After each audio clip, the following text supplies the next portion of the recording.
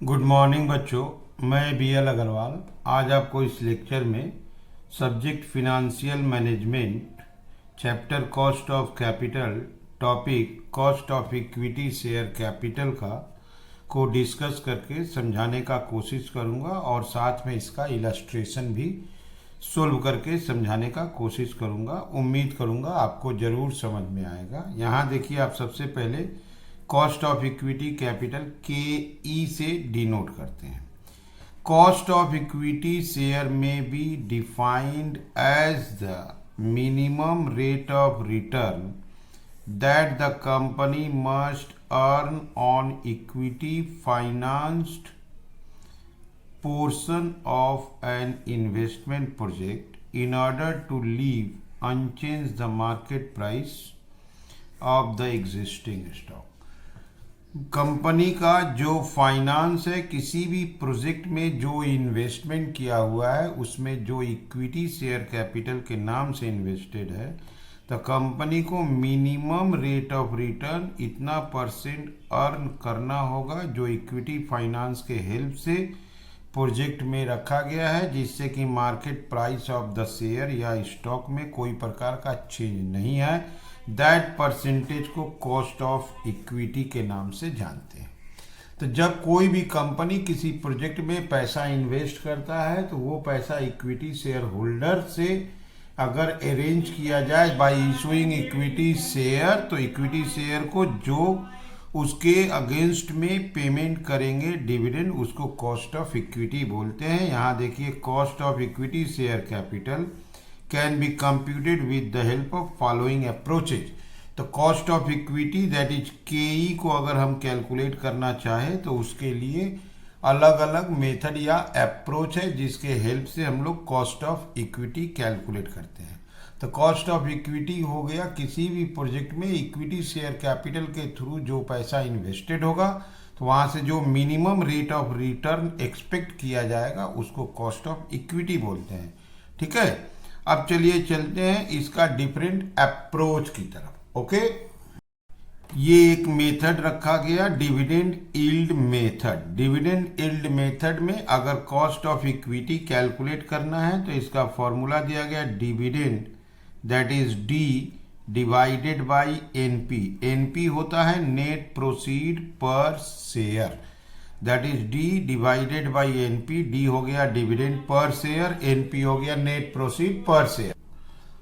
अगर market price of the share question में दिया रहता है तो फॉर्मूला को चेंज कर लेंगे, D dividend divided by MP.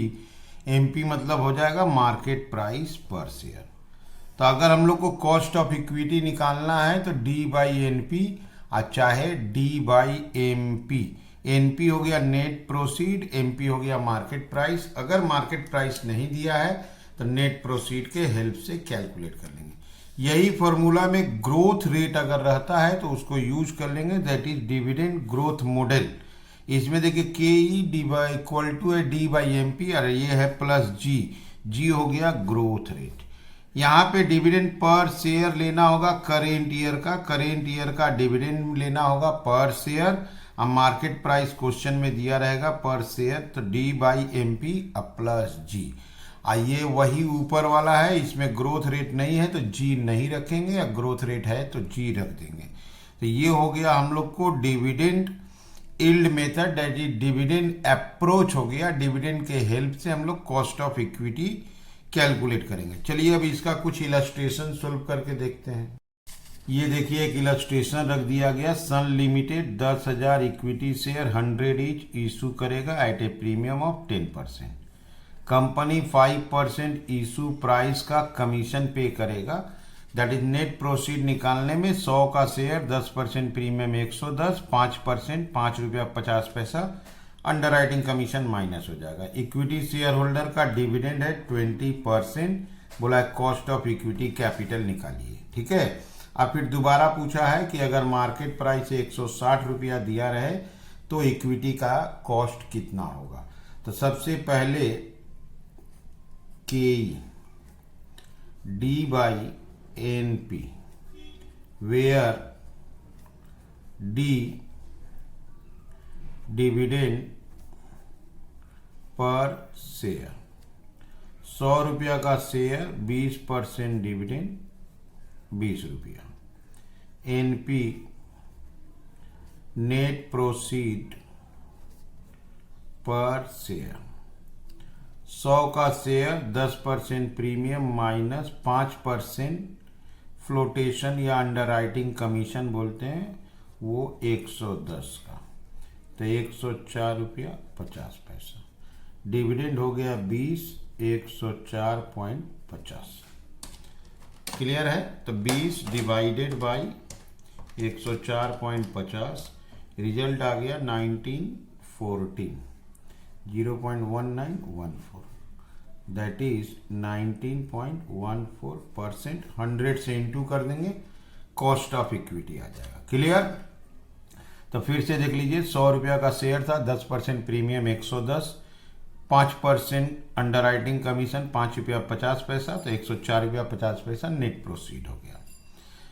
Dividend है 20%, 100 का शेयर 20% डिविडेंड 20 रुपया, कॉस्ट ऑफ इक्विटी आ गया। बोला है कि मार्केट प्राइस अगर 160 रुपया रहता तो कॉस्ट ऑफ इक्विटी कितना होता। इसी चीज को थोड़ा सा चेंज कर देंगे, K equal to D by M P.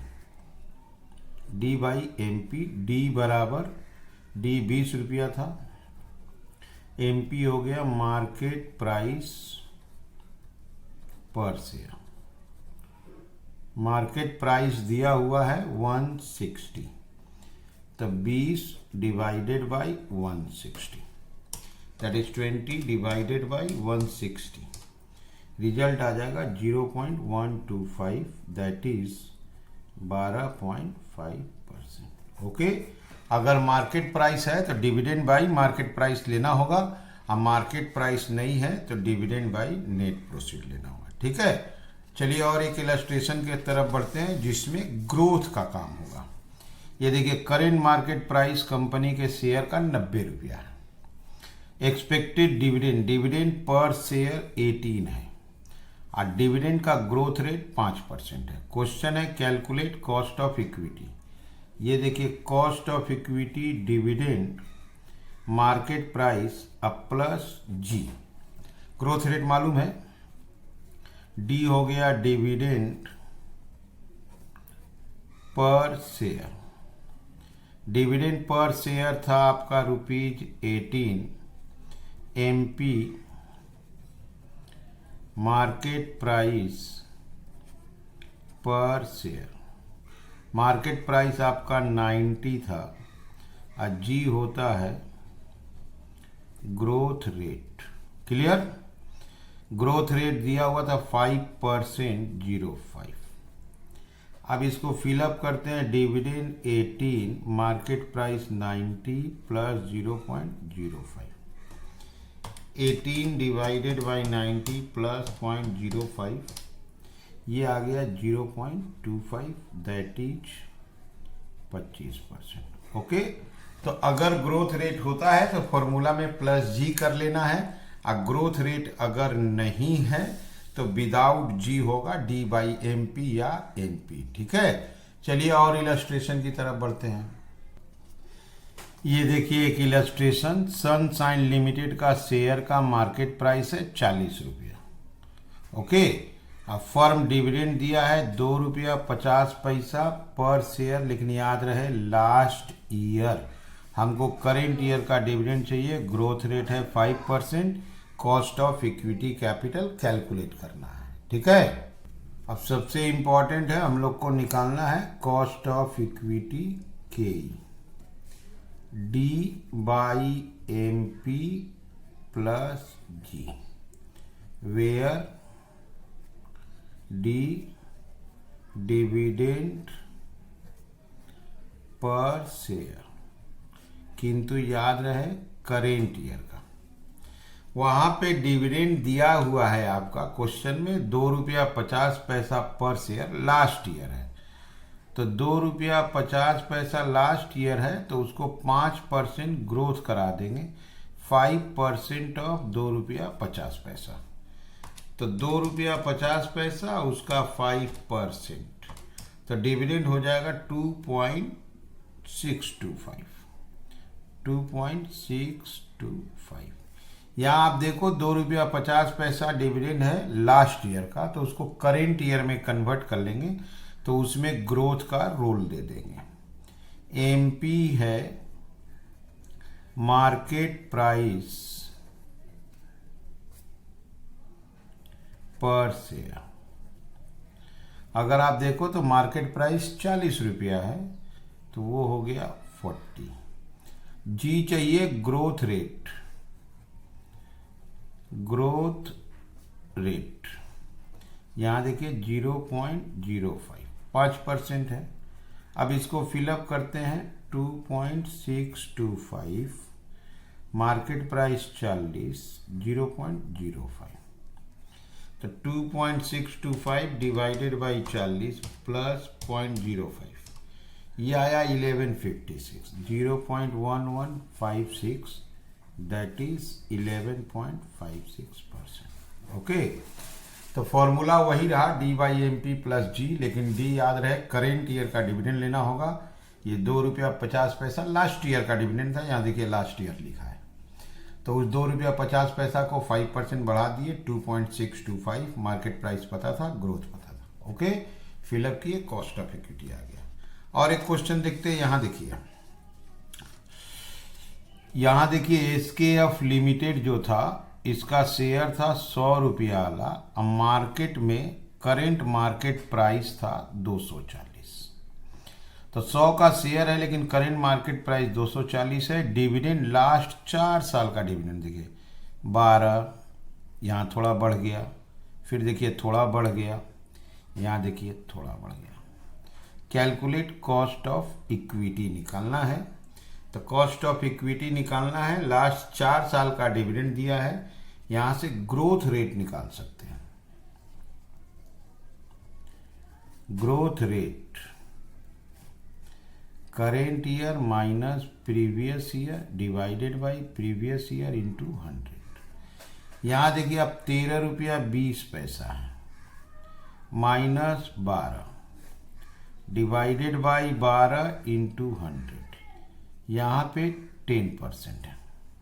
दोबारा देखिए 1450 है, ठीक, 14.50, 1320 इंटू 100,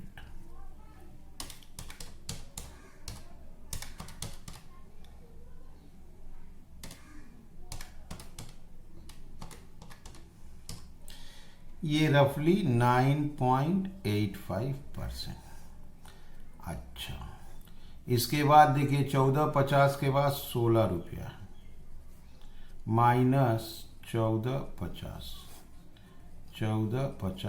इंटू 100, तो ऊपर हो गया 1.5 डिवाइडेड बाई 1450 इंटू 100, 10.34। एवरेज कर देते हैं, 10 plus 9.85 plus 10.34 divided by 3। Okay,